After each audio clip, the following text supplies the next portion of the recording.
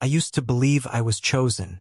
Chosen to lead, chosen to guide, chosen to be the voice people trusted when their own voices shook with doubt. For nearly 20 years, I was the man at the front of the hall in Sandridge, Arizona. Polished shoes, crisp tie, a Bible always under my arm.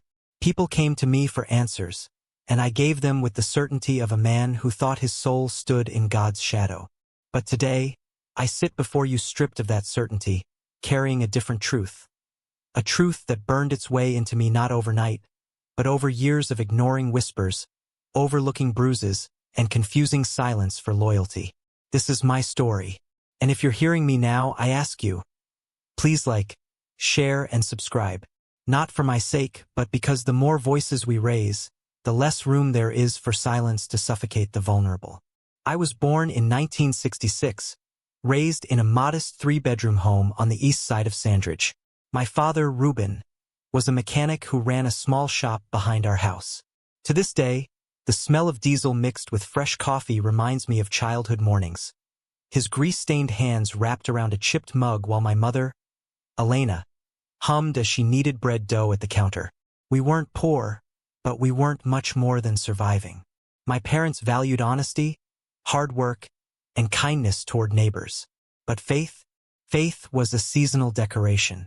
We attended Catholic Mass twice a year, Christmas Eve and Easter Sunday. We had a crucifix in their bedroom and a faded portrait of the Sacred Heart of Jesus above the living room couch. But those symbols were more cultural than spiritual. Questions about God or death were met with shrugs or platitudes. As a teenager, I was restless. I wanted meaning. I wanted answers that my parents couldn't provide. By 17, I was working part-time at Baxter's Hardware, a local store that smelled perpetually of sawdust and paint thinner. My friends spent weekends drinking cheap beer by the river or watching baseball at the diner.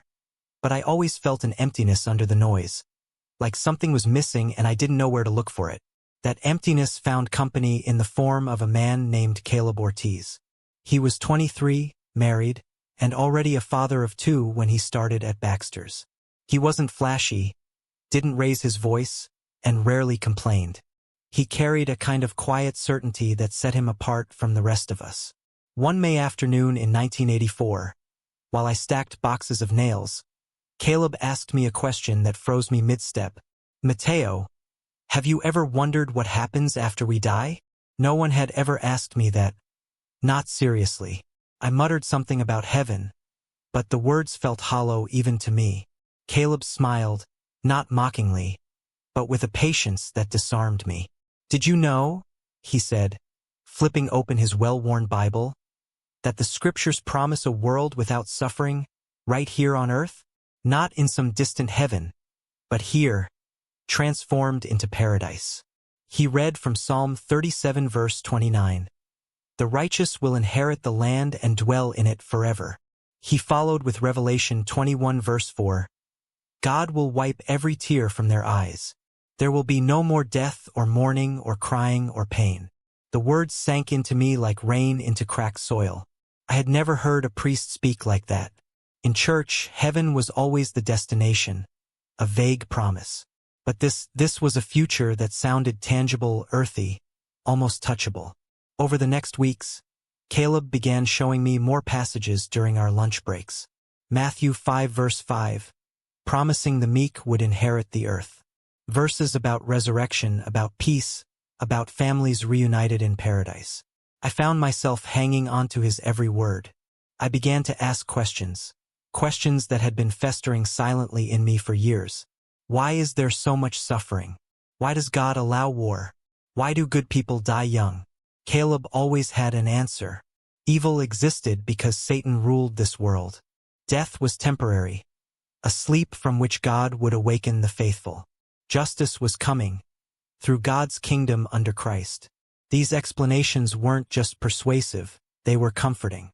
They gave my restless mind a framework, my aching soul a place to rest. 2 months later, Caleb invited me to attend a congregation meeting. "It's not like a church," he promised, "just people sincerely studying the Bible." It was a Thursday evening in July when I first stepped into the Kingdom Hall in Sandridge. The building had plain, whitewashed walls, No statues or stained glass windows. No incense. No elaborate altar. Just rows of chairs facing a small stage. What struck me first was the warmth of the people. Strangers greeted me with genuine smiles, shook my hand, asked my name, and welcomed me like family. Women wore modest dresses. Men wore pressed suits. Children sat quietly beside their parents, many already flipping through their Bibles with ease. The meeting began with a simple song and prayer.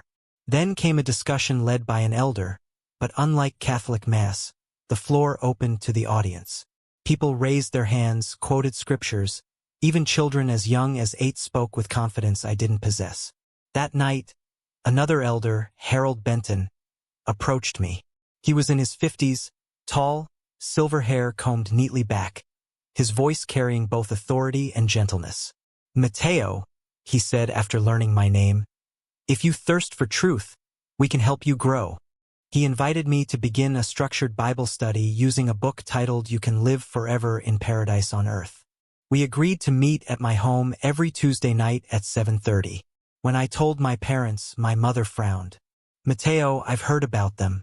They don't celebrate Christmas or birthdays. It's strange." My father warned, "Don't let this interfere with your work." But I was resolute. For the first time in my life, I felt like I had discovered something profound. The first study with Harold changed everything. He explained that God's personal name was Jehovah, that Jesus was God's son but not God himself, that we were living in the last days. And soon Jehovah would end this corrupt system. Every question I asked, he answered with scripture. Every doubt, he diffused with conviction. By December, I faced my first real test of loyalty. Christmas had always been sacred to my mother, who made tamales and lit candles for our relatives who had passed. That year, I told her I couldn't participate. It was of pagan origin, Harold explained, and displeasing to Jehovah. She cried, "You're changing too much, Mateo. This religion is pulling you away from us." Her words pierced me, but Harold comforted me with scripture. "Whoever loves father or mother more than me is not worthy of me." Matthew 10 verse 37. I told myself I was choosing God over tradition. 8 months later, after countless studies, meetings, and hours in the field ministry, I was baptized at a regional convention in Mesa. I remember stepping into the pool, water cold against my skin, then emerging to applause from hundreds of strangers who now felt like family. I looked out and saw my parents in the stands. My mother's eyes brimmed with tears, not of joy, but of resignation. Still, she hugged me afterward, whispering, "If this makes you happy, I'll respect your choice." I told myself I had been reborn. I told myself I had found the truth. What I didn't know then was that my baptism was not an arrival, it was a doorway. And behind that door were years of loyalty, power, responsibility, and eventually, betrayal that would shatter everything I thought was holy. Friends, this is only the beginning. In the next part, I will tell you how my responsibilities grew inside the organization, how I became not just a participant, but a leader and elder, a man entrusted with people's lives. But before we go there, I ask again. If this story resonates, if you feel its weight, please like this video, share it with others, and make sure to subscribe so you don't miss the next chapter. Some truths spread only when we carry them together. When I came out of the baptismal water in Mesa, I thought the journey was complete. But in truth, it had only begun. Baptism wasn't the end of my search for meaning. It was the passport into a world that would soon demand everything from me. My time, my friendships, my marriage, even my conscience. In the weeks that followed, I was no longer just another young man in the congregation. I was now Brother Alvarez. People greeted me differently, with respect, with expectation. I felt both proud and terrified. Not long after baptism, Elder Harold Benton told me I was ready to be an unbaptized publisher. That meant I could officially begin house-to-house preaching, carrying the message of the good news to strangers. I remember my first Saturday morning vividly. The desert sun had barely risen, casting long golden streaks across Sandridge's quiet streets. Harold walked beside me as we approached a modest home. An elderly woman answered the door, her eyes tired but kind. Harold introduced us politely and then read Revelation 21 verse 4. He will wipe every tear from their eyes. There will be no more death or mourning or crying or pain. The woman began to weep. Her husband had died only months earlier, she said. Harold explained the promise of resurrection, that she could one day see her husband again on a paradise earth. She accepted a magazine, thanked us, and closed the door with tears still in her eyes. I stood frozen on that porch. Something inside me shifted. For the first time in my life, I felt like I had given someone hope, not just words. Harold patted my shoulder. Mateo, Jehovah has given you a gift. I walked away from that house convinced I was part of something greater than myself. Over the next year, I poured myself into ministry. Weekends disappeared into territory maps and door-to-door visits. My evenings were consumed with Bible studies, congregation meetings, and study sessions for talks I was assigned to give. I learned to adjust my voice, to use pauses for emphasis, to quote scriptures as if they were arrows straight from heaven's quiver. By 20, I was appointed a ministerial servant. My duties included operating the sound system, organizing literature, and assisting in the smooth running of meetings. It felt like a promotion recognition that I was climbing the spiritual ladder. But with recognition came responsibility. People now came to me with their questions, their struggles, their doubts. A young couple asked for advice on managing money. An elderly brother wanted encouragement to endure his illness. Every word I gave them felt like it carried eternal weight. And I gave those words with full conviction, even when a small part of me wondered if I truly understood what I was saying. 2 years later, the announcement came during a Thursday meeting. Brother Mateo Alvarez has been appointed as an elder in the Sandridge congregation. At 21, I was one of the youngest elders in the district. My chest swelled with pride, but my hands trembled. Being an elder meant more than giving talks or handling logistics. It meant sitting on judicial committees, counseling families, and, most daunting of all, disciplining those who strayed. That first year, I sat through cases of adultery, drunkenness, and even apostasy. The instructions from the Watchtower publications were clear. Forgiveness only if there was genuine repentance. Otherwise, disfellowshipping. I remember one case of a young man caught smoking marijuana. He wept in front of us, begged for mercy, and promised to change. But the guidelines were strict, and his worldly conduct was deemed unrepentant. We disfellowshipped him. Watching his parents cut ties with their own son broke something in me, though I buried the feeling under loyalty. I told myself it was tough love, that Jehovah's discipline was painful but necessary. Still, at night, I sometimes wondered, had we saved him or destroyed him? Around this time, I married Sofia Delgado, the daughter of a respected witness family. She was gracious, modest, and deeply committed to the faith. Our wedding was held in the Kingdom Hall, simple and focused on scripture rather than decoration.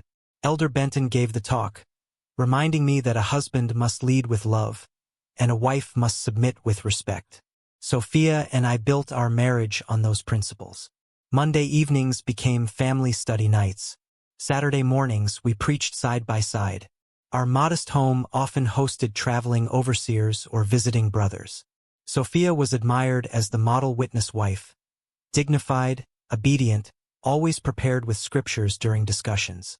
In 1992, our daughter Lucia was born. From her first breath, she was raised in the congregation. By 2, she could hum the kingdom songs. By 4, she was answering simple questions at meetings. I looked at her and thought, this is how faith passes on. This is a legacy. As the years passed, my responsibilities deepened. I was no longer just attending meetings. I was running them. I gave public talks, counseled families, and mentored younger men. But the hardest part remained the judicial cases. I saw families ripped apart because a father confessed to adultery. I saw young sisters shunned for fornication. I saw entire households cut off for daring to question doctrines. Each case, I told myself, was guided by Jehovah's Spirit. Yet, in the quiet moments after, I felt the sting of doubt. I remember the look of one mother whose daughter we disfellowshipped. Tears streamed down her face as she whispered, "You've taken my child away from me." I assured her it was for her daughter's good, that discipline was necessary. But deep down, I wondered if we had broken more than we had saved. By 1995, I was appointed presiding overseer of the Sandridge congregation. I was barely 29. That position gave me access to confidential letters from headquarters, meetings with circuit overseers, and a seat at the table where the weightiest decisions were made. For a while, I felt invincible. I was the shepherd of nearly 100 souls. People introduced me to visitors with pride. "That's Elder Alvarez, our presiding overseer."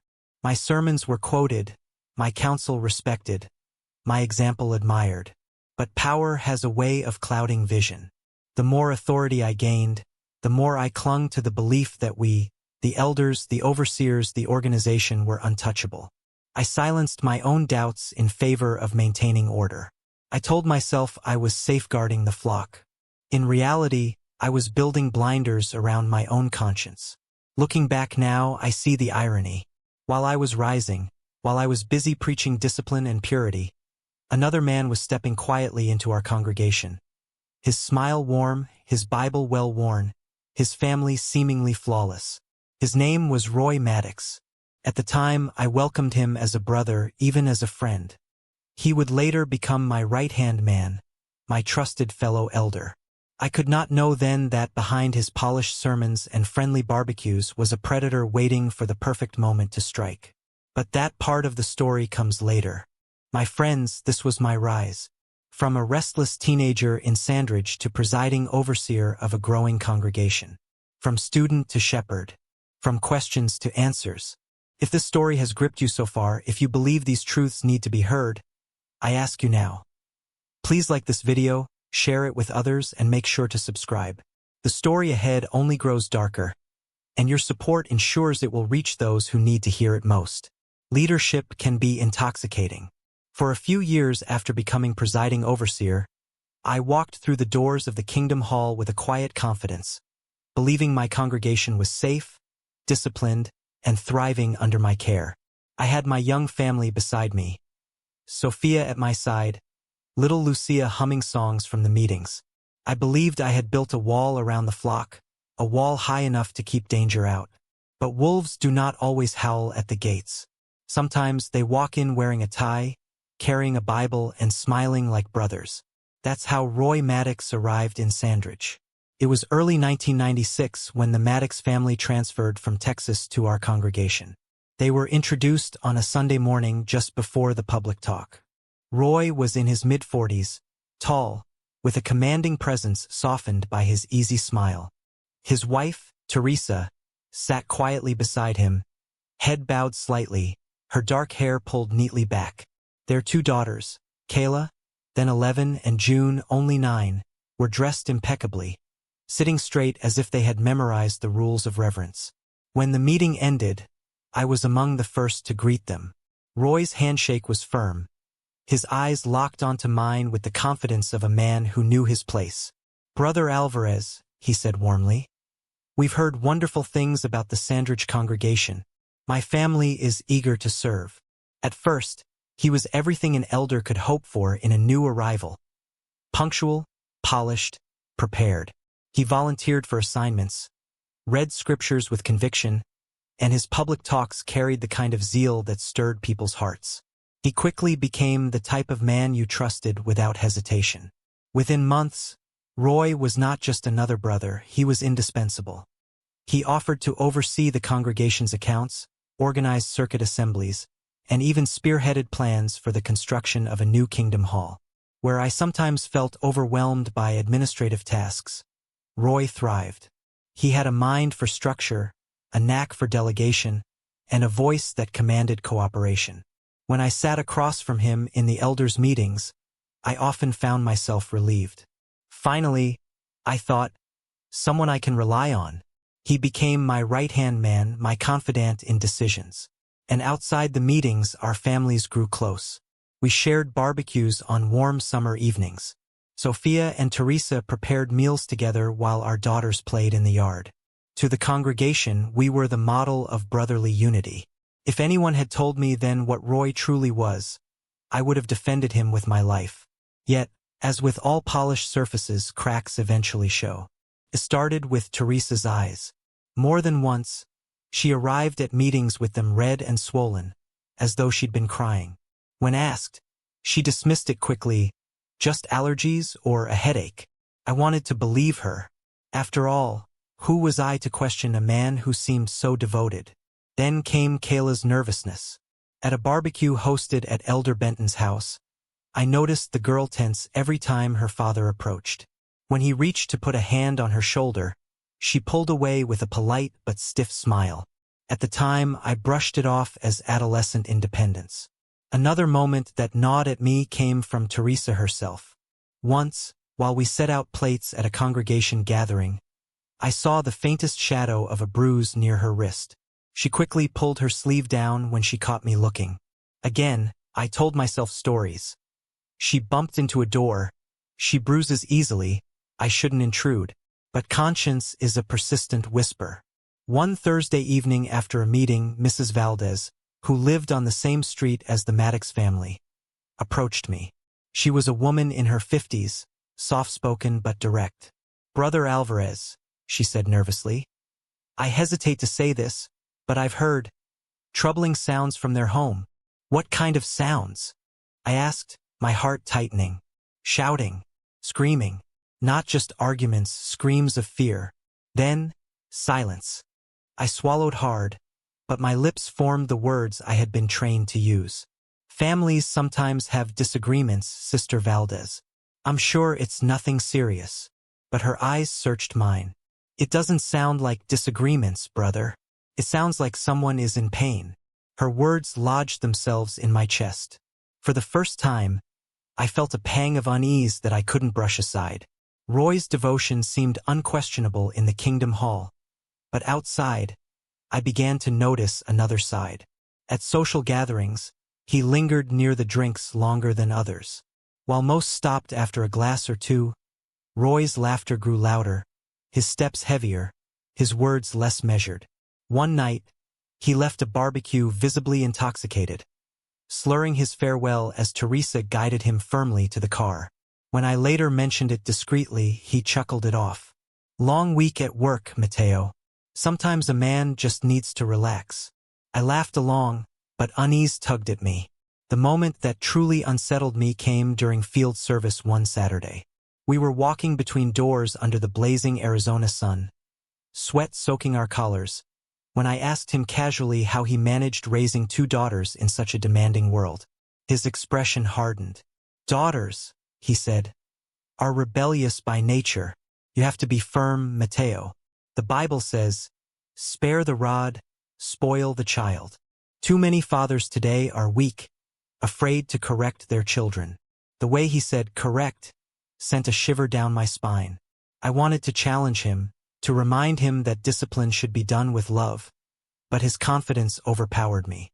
He wasn't confessing, he was teaching. And in that moment, I told myself he was simply zealous, committed to discipline in a way I wasn't. I did not yet realize he was warning me of who he truly was. I made my first unannounced pastoral visit to the Maddox home later that year. Teresa answered the door, opening it only a crack. Her voice was polite, but her body language screamed resistance. "Now isn't a good time," she said softly. "The girls are studying. Roy is resting." I pressed gently, insisting it would only be a quick visit. She relented, but remained standing the entire time, wringing her hands, avoiding my eyes. The house was unnaturally silent, the kind of silence that doesn't feel peaceful but tense, like the air before a storm. When I left, my stomach churned with unease. I told myself I was imagining things, that I had let Mrs. Valdez's words cloud my judgment. But conscience has a way of reminding you, again and again, that whispers are sometimes louder than sermons. At the time, I still believed I was protecting the flock. I still believed loyalty meant defending my fellow elders. I did not yet understand that silence, when it comes to abuse, is complicity. Friends, this was the beginning of my blindness, the first cracks in the glass. If this story matters to you, if you believe no secret should be left to fester in the dark, I ask again. Please like this video, share it with others, and subscribe so you don't miss the next chapter. Some truths must be told in their entirety, even if they break us along the way. Conscience is a fragile thing. It whispers when the crowd is loud, nudges when the rules are clear, and stirs when loyalty insists on silence. For months, I convinced myself that my concerns about Roy Maddox were just exaggerations, the imagination of an overworked elder. But in Sandridge, truth has a way of knocking louder than denial. The first crack came through Mrs. Valdez again. After a Thursday night meeting, she pulled me aside in the parking lot, her voice trembling. "Brother Alvarez, it happened again." Screams. Loud this time. And then, nothing. Silence. Too much silence. I swallowed hard. My instinct was to defend Roy. Maybe just an argument, maybe stress. But her eyes pleaded with me. "Brother, those weren't arguments. They were screams of pain." Her words echoed in my head as I drove home. Screams of pain. That night, sleep evaded me. I lay awake listening to the silence of my own house, and it no longer felt safe. It felt accusing. 2 weeks later, another sign appeared, this time in plain sight. During a Sunday meeting, I noticed Kayla, now 17, tugging nervously at the sleeve of her blouse. When she shifted in her seat, the fabric slipped back, revealing a dark bruise along her upper arm. I approached her gently after the meeting. "Kayla, are you all right? I noticed your arm." She stiffened. Her eyes darted toward where her father stood shaking hands with brothers at the back. "Oh, it's nothing, Brother Alvarez." I slipped, hit the door frame at home. Her voice trembled, her explanation rehearsed.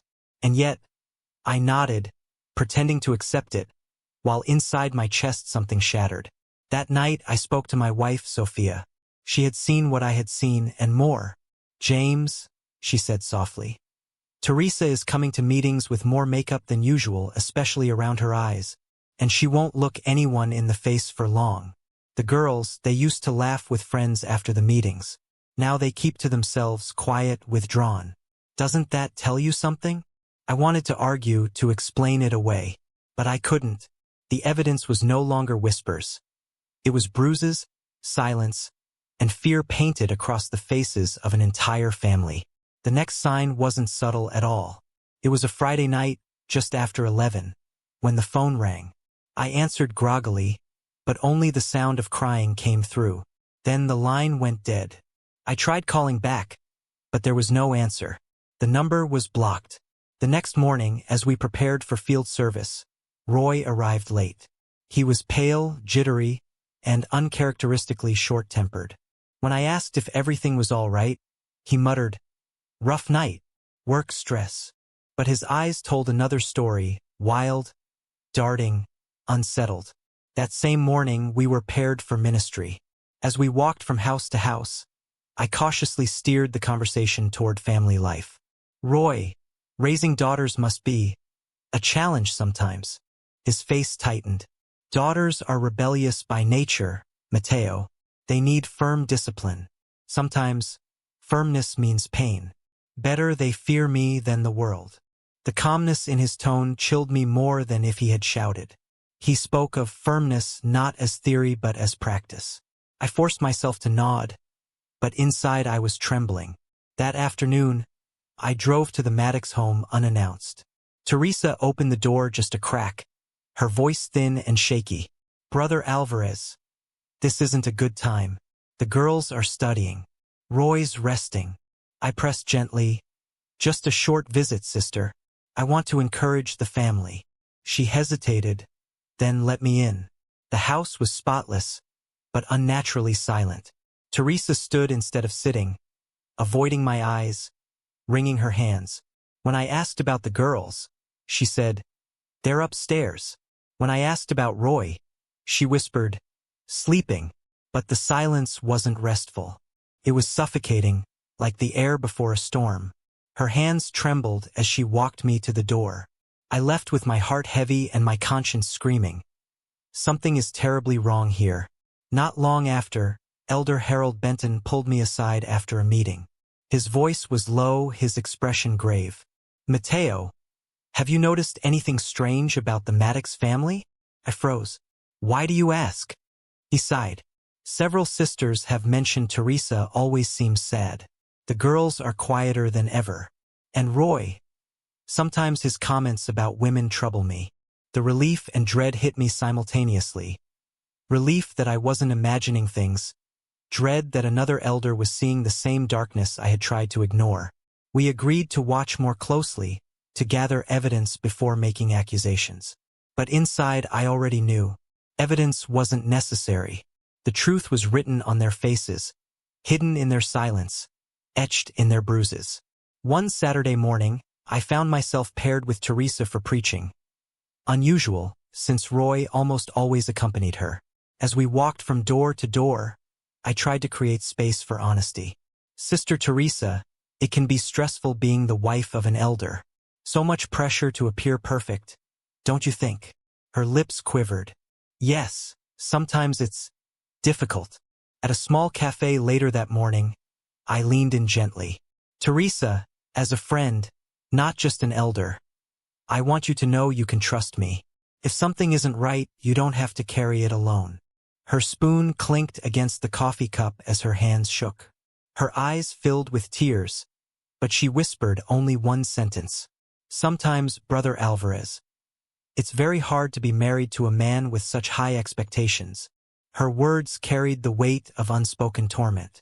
Fear had wrapped itself around her like invisible chains. That night, I sat awake staring at the ceiling. I had spent years preaching that we were shepherds, protectors of the flock. Yet here I was, seeing danger, smelling it, almost touching it, and still hiding behind procedure. The truth is, I was afraid. Afraid of being wrong. Afraid of accusing a respected elder. Afraid of shaking the foundation of the congregation I had given my life to. But conscience doesn't let you sleep forever. Friends, these were the cracks in the glass. Small at first, then growing larger until the reflection of safety shattered completely. If this story has reached you, if it has stirred something deep inside, I ask you once more. Please like this video, share it, and subscribe. Because what comes next is the turning point, and no one should miss the moment truth finally broke through silence. Silence is easy when it's theoretical. When all you have are whispers, suspicions, shadows at the edge of your vision, you can convince yourself to wait, to watch, to gather more proof. But when the phone rings in the middle of the night and a trembling voice begs for help, theory is over. Silence dies. It was a Friday night in March, just past 11. The phone rang, piercing through the quiet of my home. I answered quickly, expecting perhaps an emergency from an elderly member of the congregation. Instead, I heard Kayla's voice, shaking, whispering, soaked in terror. Brother Alvarez, it's my dad. Please, he's drunk again. He hit Mom. She's bleeding. Please, I don't know what to do. My blood ran cold. Kayla, listen to me carefully. Are you safe right now? Where is he? He left. He went out again, maybe to get more beer. Mom's in the bathroom. She won't stop bleeding. My sister's hiding in her room. I grabbed my keys without even thinking. Stay where you are. I'm coming. Don't open the door for anyone but me. The drive to their house felt endless, though it was only 15 minutes. Every red light was an enemy. Every second is a war against my own heartbeat. When I arrived, Kayla met me at the back door. Her face was pale, her hands trembling as she ushered me inside. The sight that greeted me still haunts my memory. Teresa was slumped against the bathroom wall, a blood-soaked towel pressed to her forehead. Her left eye was swollen shut. Dried streaks of red stained her blouse. She looked like someone who had survived a car accident, except the car was her husband. Joanna sat in the corner of the living room, knees pulled to her chest, staring blankly at the wall. I knelt beside Teresa. You need a hospital. This cut is deep. She shook her head violently. No hospital. Please. If anyone finds out, if they call the police, he'll be disfellowshipped. We'll lose everything. Her words twisted the knife in my chest. Even beaten and bleeding, her first instinct was to protect the man who had done this. That is the cruelty of abuse. It doesn't just bruise the body. It chains the mind. I couldn't argue with her that night. She was too fragile, too broken. But I could get them out. Pack a few clothes. Important papers. You can stay at my house tonight. It's not safe here. Kayla nodded quickly. Joanna finally looked up, tears rolling silently down her face. Within 15 minutes, they were in my car, 3 shadows of people who had once been vibrant and alive. Teresa sat in the passenger seat, staring out the window, whispering apologies under her breath. When we arrived at my home, Sophia gasped. She rushed to Teresa, gently cleaning her wounds while I called Joseph Benton. I told him everything, about Kayla's call, Teresa's injuries, the years of fear. His voice was heavy. Mateo, this can't wait any longer. Tomorrow we will call an emergency meeting of the elders. But tonight, keep them safe. While Sophia cared for Teresa, I sat with Kayla and Joanna at the kitchen table. Their eyes were hollow, but once they began speaking, the dam broke. Kayla's voice cracked. It's been like this for years. He yells, he throws things. Sometimes he hits Mom, sometimes us. If dinner's late, if we laugh too loud, if we look at him wrong, anything can set him off. Joanna whispered so softly I almost couldn't hear her. He checks our bags. He says we can't have friends. He tells us if we tell anyone, he'll send us away, to a school far away. He says no one would ever believe us.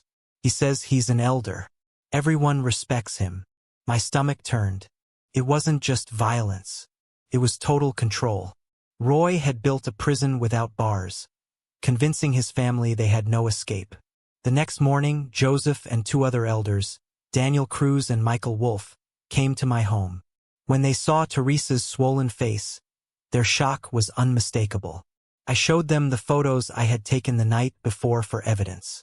Brothers who had once defended Roy as zealous and upright now sat in silence, the truth staring back at them. This is no longer a suspicion, Joseph said gravely. This is undeniable. We decided Roy had to be confronted immediately, but we also knew the risks. He was volatile, manipulative, and still respected by many. If we confronted him unprepared, he might turn the congregation against us. So we made a plan. That afternoon, Joseph and I would go to his house. Teresa and the girls would remain hidden with Sophia. If Roy confessed, he would be removed from his position and required to seek help. If he denied or grew violent, we would proceed with discipline and involve the authorities. But nothing prepared me for how far Roy would go. At 4 in the afternoon, Joseph and I knocked on Roy's door. He greeted us with his usual charm, though I noticed the faint smell of alcohol on his breath.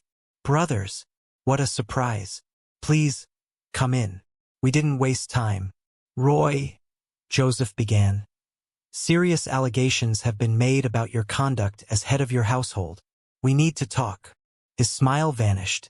What allegations? I leaned forward. Your wife and daughters told us about the violence. Teresa's injuries last night. They were from you. For a moment his mask slipped.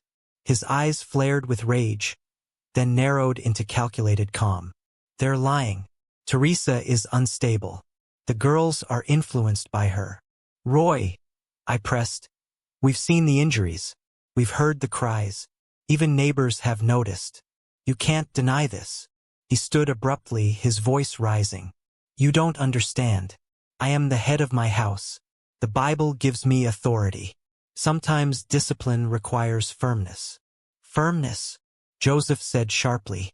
You're admitting you hit them? Roy's face twisted. I am admitting I am a man, a husband, a father, and if my family disobeys, I have the right to correct them. You two are weak, afraid of authority. That's why your families don't respect you. Every word dripped with arrogance, with the delusion of divine entitlement. When we told him he was being removed from all responsibilities, he exploded. You can't do this.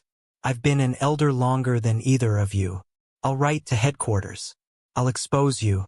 And don't think I don't know your secrets. I can destroy you if you destroy me. His threats filled the room like smoke. Joseph and I stood our ground, but when we left, I carried with me not relief but dread. Roy Maddox was not going to step down quietly. He was going to fight, and men like him, when cornered, are most dangerous. That night, I sat at my kitchen table, staring at Teresa and her daughters asleep under my roof. For the first time in years, they were safe. For the first time in years, Roy had been challenged. But safety is fragile. And Roy's empire of fear was not going to collapse without retaliation. Friends, this was the breaking point. The night screams pierced the silence, the night excuses died, the night I finally acted. If you believe stories like this must be told, if you believe truth must speak louder than fear, please like this video, share it, and subscribe. Because what comes next will shake you. They say the truth sets you free. But before freedom comes, truth can crush you. When Roy Maddox was removed from his position, I thought the worst was over. I thought his violence was contained to his home. I was wrong. His evil ran deeper, wider, older, and the system we trusted had been his shield. The morning after our confrontation, I accompanied Teresa to the police station. Her hands trembled as she signed the paperwork for a restraining order. The officer reviewing the evidence.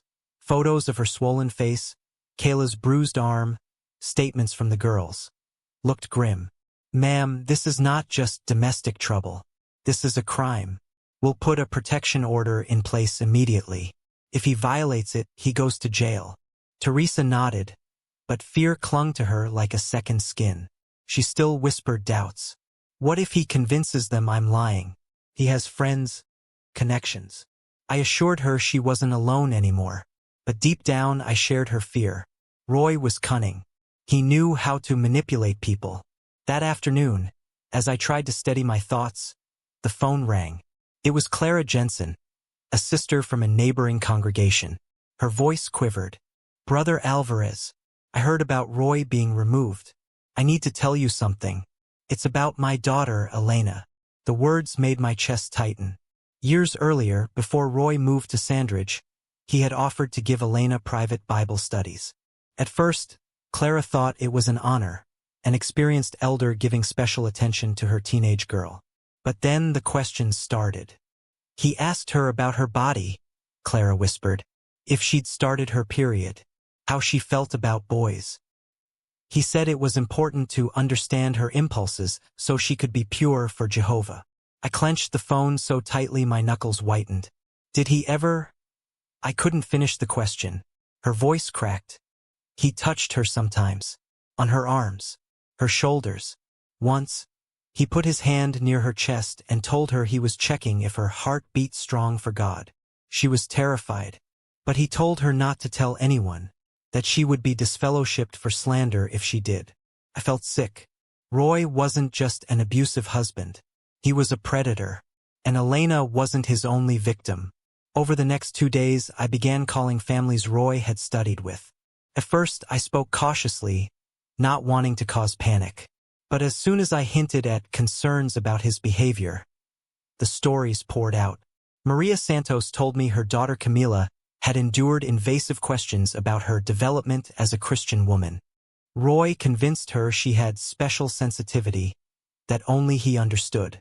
Anna Page, now 18, said he once asked her to partially undress during a study on purity, to prove she was keeping her body holy. Fernanda Lopez, 17, confessed that Roy kissed her during what he called a special blessing, saying that's how prophets of old encouraged faithful women. The pattern was always the same. Gain trust, offer special studies, cross small boundaries disguised as spiritual lessons, silence the victims with threats of disfellowshipping. I had believed I was dealing with a violent husband. Instead, I was staring at the profile of a serial predator. When I informed Joseph Benton and the other elders, their faces turned pale. Joseph immediately called Paul Gardner, our circuit overseer. Within a day, he arrived in Sandridge, accompanied by another elder from regional headquarters. We spent hours recounting every detail: Teresa's testimony, the girls' accounts, Clara's revelation, the other families' stories. Paul leaned back in his chair, his expression grim. "Brothers, in 40 years of service, I have rarely seen such a systematic case of abuse of authority. Roy Maddox used scripture as a weapon, trust as a doorway, and our organizational structure as a shield. This goes beyond local discipline. It must be reported to law enforcement in every place he has served. Gardner began contacting overseers in cities where Roy had previously lived: Lubbock, Santa Fe, Tampa. The responses were worse than we imagined. In Lubbock, at least 6 young women came forward with eerily similar stories. One, now 25, said Roy made her confess her impure thoughts to him like he was her priest. He then used those confessions to control her. In Santa Fe, a family revealed their daughter had attempted suicide at 16 after enduring Roy's psychological and physical abuse. She developed panic attacks every time she saw him at meetings. In Tampa, the most horrifying story emerged. Carla Reagan, now 22, bravely confessed that Roy had raped her at 15. It happened during an assembly weekend. He offered to drive her home, then pulled over on an isolated road. Afterwards, he threatened her. "If you tell anyone, I'll say you seduced me. You'll be disfellowshipped, and no one will believe you." Hearing her words, I felt my stomach twist into knots. This was no longer just about Sandridge. Roy's crimes stretched across states, leaving devastation in their wake. Police soon raided Roy's home. What they found stripped away any remaining illusions. A computer filled with hundreds of photos, many of young girls from our congregations, often taken without their knowledge. Detailed journals cataloging families, vulnerabilities, spiritual progress. Notes about which daughters seemed obedient, which mothers were distracted, which girls were ripe for guidance. An officer told me privately, "Pastor, this man is one of the most calculating predators we've ever investigated. He studied your community like a scientist, looking for prey." The weight of that truth crushed me. For years, I had trusted him. For years, I had invited him into my home and let my daughter call him Uncle Roy. And all that time, he had been plotting, hunting, devouring. Roy's downfall came on a Saturday morning, in front of the entire congregation. He stormed into the Kingdom Hall, drunk, shouting that he was the victim of lies. "These elders are corrupt. They're being manipulated by apostates. My family has been kidnapped. They are my property." His voice echoed through the hall as mothers pulled their daughters close and fathers hustled their families outside. When Joseph approached to calm him, Roy shoved him to the ground. Someone called the police. By the time officers arrived, Roy was trying to escape through the back door. He didn't get far. They tackled him in the parking lot, cuffing him as he screamed incoherent threats. The sight of a once respected elder being dragged away in handcuffs shattered the congregation. Some wept. Others stared in disbelief. A few whispered the only question that mattered. How could this happen here? In the following weeks, more families came forward. Each story was a mirror of the others. Trust betrayed, innocence stolen, silence enforced. And as I listened to them, one truth gnawed at me. This wasn't just about Roy. This was about the system that had allowed him to thrive, to hide, to move from city to city, leaving victims behind. The rot wasn't in one apple. The rot was in the barrel. Friends, this is the truth I had to face in Sandridge. Roy Maddox was not an isolated monster. He was a symptom of a system that protected predators and silenced victims. If you believe the truth must be louder than the cover-up, please like this video, share it, and subscribe. The final chapter is the most personal one, and you won't want to miss it. When a storm finally passes, you don't walk outside to clear skies. You step into a landscape reshaped, branches broken, roofs torn open, debris scattered like reminders of what once stood. That's how it felt in Sandridge after Roy Maddox was arrested. The man was gone, but the damage remained. And so began the aftermath. For weeks after his arrest, Teresa and her daughters stayed under my roof. The first nights were filled with nightmares. Kayla would wake up screaming, clutching her chest, whispering, "He's coming back. He'll find us." Joanna refused to leave her room, speaking only in whispers. Teresa carried years of shame, apologizing constantly. "I should have protected them. I should have left sooner." But slowly, life began to seep back into their bones. Sophia became their anchor, cooking meals with them, watching silly shows, reminding them how normal laughter could feel. She told Teresa, "You are not broken. You are free." Kayla, once burdened with fear, started sketching plans for the future. "I want to study psychology," she said one afternoon, her eyes determined. "I want to help girls like me. No one should feel as alone as I did." Joanna, through therapy, began to smile again. It was a small thing, a shy grin when Sophia baked her favorite bread, but it was more powerful than any sermon I ever preached. And Teresa? She transformed the most. She got a part-time job at a clothing store, enrolled in evening classes to finish her diploma, and one evening she said words I will never forget. "For the first time in 20 years, Matteo, I am learning who I am. Not who Roy told me to be. Not who the congregation expected me to be. Just me." When Paul Gardner, the circuit overseer, announced to the congregation that Roy had been removed and arrested for serious crimes, the Kingdom Hall went silent. Some people sobbed openly. Mothers held daughters tighter. Fathers looked at each other in disbelief. "How could this happen here?" they whispered. It was a question without an easy answer. In the weeks that followed, more families came forward. Stories of strange comments, unwanted touches, manipulative studies. The pattern was undeniable.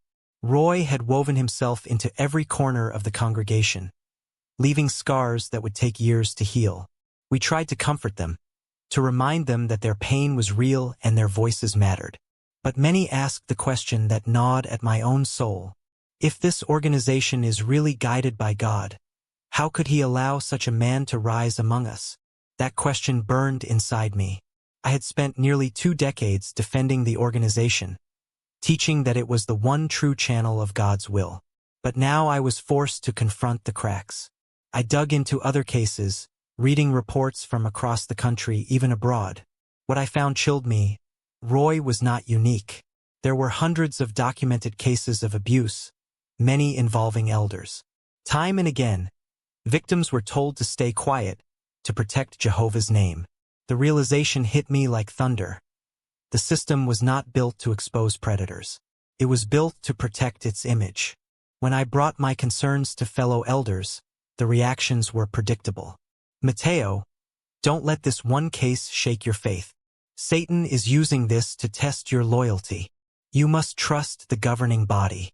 Jehovah will clean his house in his time." But I could no longer swallow those words. They felt hollow, like bandages placed over wounds still bleeding. At home, the distance between Sophia and me grew. She still clung to the organization, seeing Roy as an exception, not a symptom. "Matteo," she told me gently, "you can't throw away your faith because of one evil man." But I wasn't throwing it away. I was rediscovering it. I began reading outside literature, exploring other Christian traditions. I found pastors who admitted they didn't have all the answers, communities that emphasized love and compassion over rigid rules. For the first time, I met faith that didn't demand silence in the face of abuse. Faith that saw questioning as a form of devotion, not rebellion. And I began to wonder, maybe I hadn't lost God. Maybe I had just mistaken him for an institution. One evening, I received a call from Carla Reagan, the young woman from Tampa who had been raped by Roy at 15. Her voice shook, but her words pierced me. "Pastor Alvarez, when I heard you believed the victims and took action, I felt hope for the first time in years. Do you know what hurt the most? It wasn't just what Roy did. It was the silence. The leaders who told me to be quiet. The friends who turned their backs. The betrayal of those who claimed to speak for God." I sat in silence, tears welling in my eyes. She was right. Abuse devastates, but silence deepens the wound. That night I wrote in my journal, "The greatest sin of all is not the violence of one man, but the silence of many." Months later, I stood at the pulpit one last time. The congregation expected a talk on endurance, but what I gave was a confession. "I have served here for nearly 20 years, I said, my voice trembling. "I once believed this organization was beyond question, but I have learned that silence protects the predator, not the victim. I can no longer defend procedures that silence the weak in the name of reputation. My loyalty belongs not to men, not to an institution, but to the God of love and justice." Gasps filled the hall. Some applauded. Others shook their heads in dismay. But I walked down from that stage with a freedom I hadn't felt in years.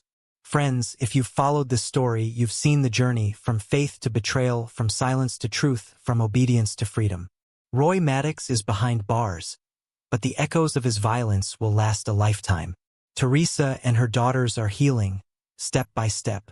And I am rebuilding a faith stripped of fear, rooted in compassion. If you take nothing else from my story, let it be this: trust is holy, but blind trust is dangerous. Question. Speak.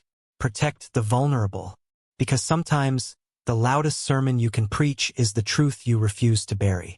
If you believe stories like this must be heard, if you stand with survivors, please like this video, share it with others, and subscribe. Because silence breeds darkness, but your voice, our voices, bring light. This is Mateo Alvarez, once an elder in Sandridge, now simply a man learning to walk in truth. And tonight I lay this story to rest. You've walked with me through shadows tonight, through memories I carried like stones in my chest for far too long. For years, silence was my prison.